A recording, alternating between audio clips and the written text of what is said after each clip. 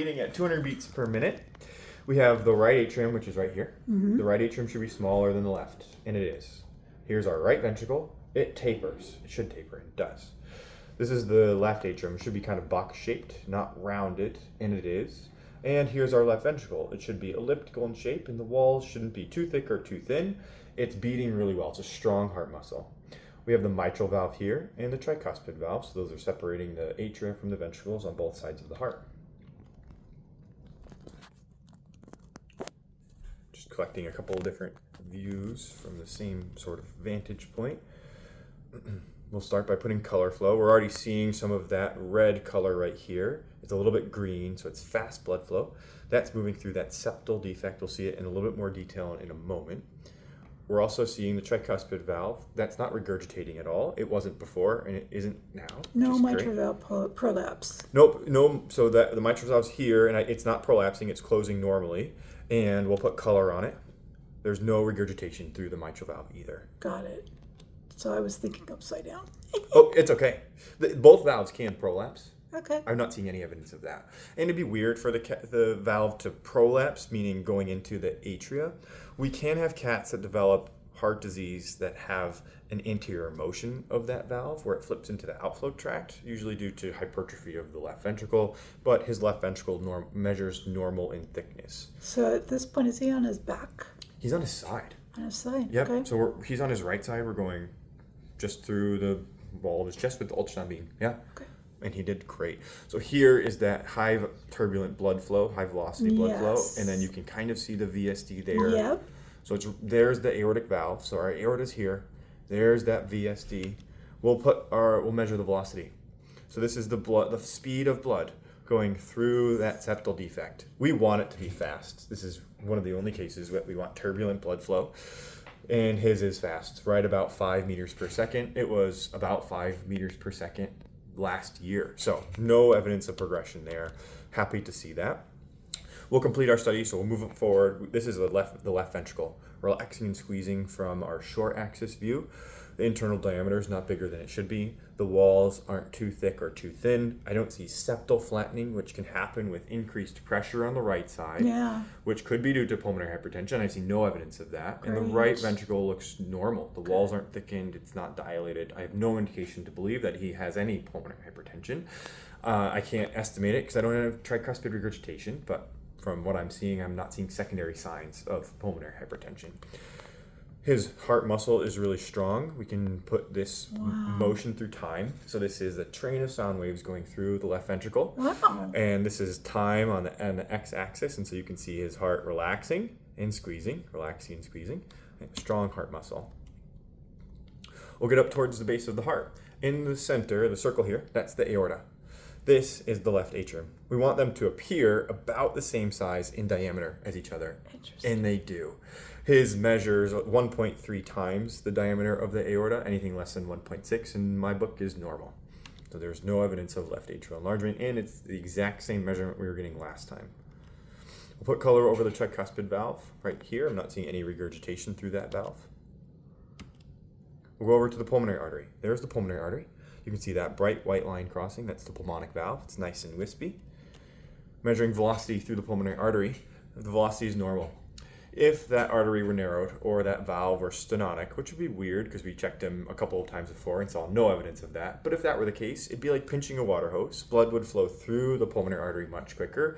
We want it right about 1 meters per second, and it is. So normal blood flow velocity going from the right heart to the lungs, and blood flow direction is normal.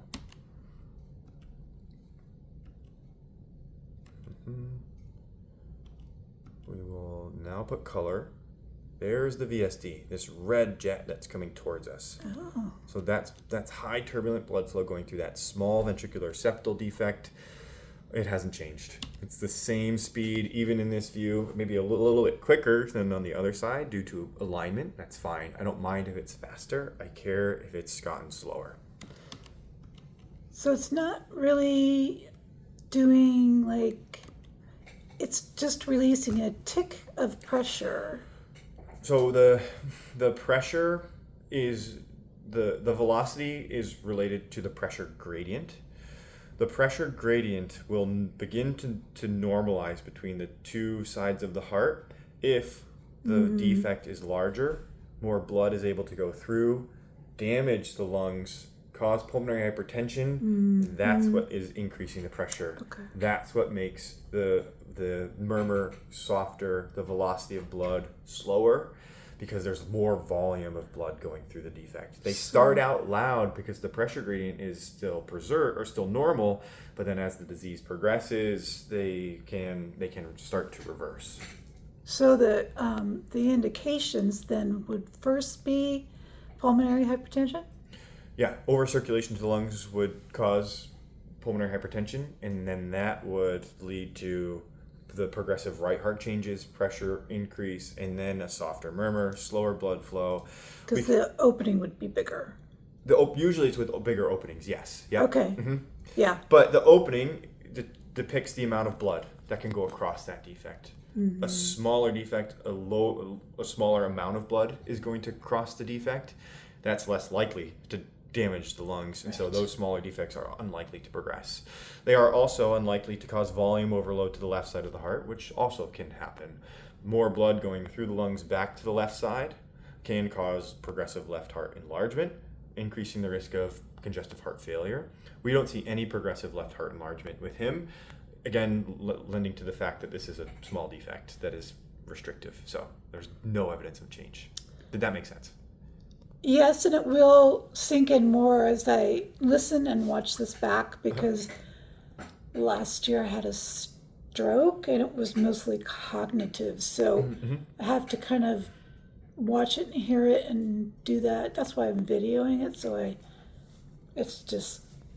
I hear you and I understand it, but then I'm going to have to do it again and again. It'll sink in. I'm happy to go through with it again with you at any time. So if there's any questions, give me a call. I'm happy to talk about it. Thank you. We can continue. So now we're back to our long axis, just revisiting some things so I didn't miss anything. Again, the heart looks very similar to before. Left atrium's normal. Left ventricle is normal. Strong heart muscle. No evidence of chamber enlargement, which is great. Here we'll see the defect. Right here is that small defect. If we measure it, it's the same diameter as it was before. So What was the size of it 1.7 millimeters. Today I got 1.8. There's different, teeny, very, very, very, very small. I mean, his whole heart. This is a centimeter. This is each of these are centimeter ticks, and so this is 6 centimeters. My pinky is about 1, and so his heart is very little in general. It looks bigger on the screen than it is in real life. Yeah. Yep. Well, obviously, has a sweetheart, a good heart, and just a tiny defect, but it's enough to cause just to monitor this. So this is good. Yeah. Good news. Good news. Yeah. Now we've got him on his other side. Okay. So here, he's on his left side. This is the left atrium. There's the left ventricle. Here's our aorta. We will measure the velocity of blood going from the left atrium into the left ventricle, with the premise that if left atrial pressures were elevated, blood entering the left ventricle would happen quicker. Or if his left ventricle was stiff and incompliant, we could have reversal of these two waves. Here we see passive filling of the left ventricle, so that's doesn't require a ton of energy from the heart. And then we see the P wave happen down here, atrial depolarization occurs, and atrial kick occurs, pushing a little bit more blood into the left ventricle, priming it for the next beat. These are normal, or less than 1 meters per second. They are in the normal configuration, consistent with a normal heart. And then we can see how well his tissue is relaxing here. We have our passive filling of the left ventricle and tissue movement, and then active filling, that little second spike. That's the A prime wave, E and A prime. We'll put color over things again. I'm looking for any mitral regurgitation. Nope. We can also see color flow through that aorta, and that looks nice. Blood flow velocity through the aorta is normal. Same premise as with the pulmonary artery. If it was narrowed or stenotic, we would see this increase in velocity. We want it right at 1, and it is.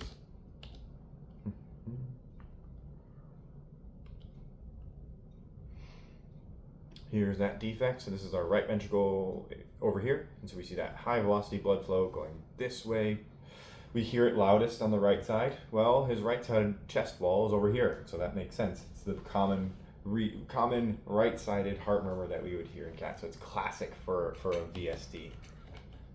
His cousin had a left-sided heart murmur. Mm-hmm. Cats are tricky though. Never trust a cat because their murmur can tell you maybe not a whole lot. But cats with murmurs can have heart disease. Cats with murmurs cannot have heart disease. And then cats with no murmurs can have heart disease, and cats without a murmur can have no heart disease. So Oh my gosh. a murmur in a cat is not like a murmur in a dog. No? A murmur in a dog tends to lead you to believe that there is some structural abnormality. But cats can have benign heart murmurs. How funny. The only way you know is with doing an echocardiogram. Mm-hmm. Oh, cats are just, they're so special, aren't They're they? so special. That's the bulk of the study. A lot of this is extra stuff, trying to get views of different things from different angles, but